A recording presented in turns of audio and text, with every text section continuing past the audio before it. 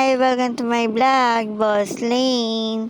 Nagre-ready na nga pala ako dyan, parating na rin kasi si Boss. Kahit panggabi yung schedule ni Boss, inahatid sundo niya pa rin ako. Diyos ko, no? Rin kapag yung Boss. Actually, ayaw na talaga ako mag-work ni Boss. Kaya lang sinabi ko sa kanya gusto ko ulit mag-work. O hinayaan niya na lang ako kasi nasanay talaga ako na nag-work. Hindi talaga ako sanay sa bahay. Kaya sabi ko sa kanya, mag-work muna ako. Kaya hinayaan niya na lang muna ako. Tapos meron nga palang event dito sa work namin. Yung mga nagbibigay sila ng mga scholarship. Diyos ko, ang bait naman ng company na pinasukan ko. Ito nga pala, pauwi na nga ako dyan. Tapos sinundo ako ni Boss. Tingnan niyo naman.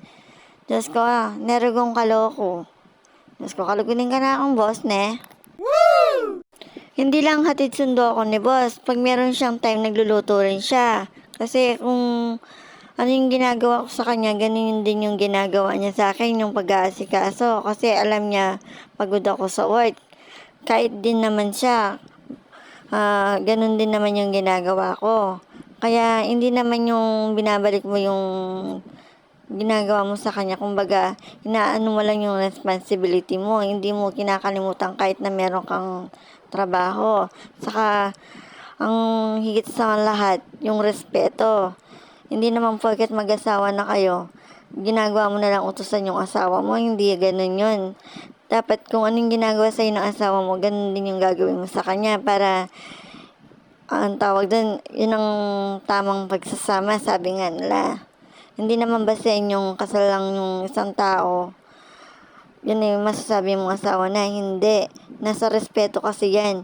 Minsan nga, kahit kasal na sila or nagsasama lang sila, pag nagsama na sila, wala na silang respeto. Hindi. Dapat kung ano yung nag-start kayo, ganun pa rin. Hindi yung, ganyan. Diyos ko, ne?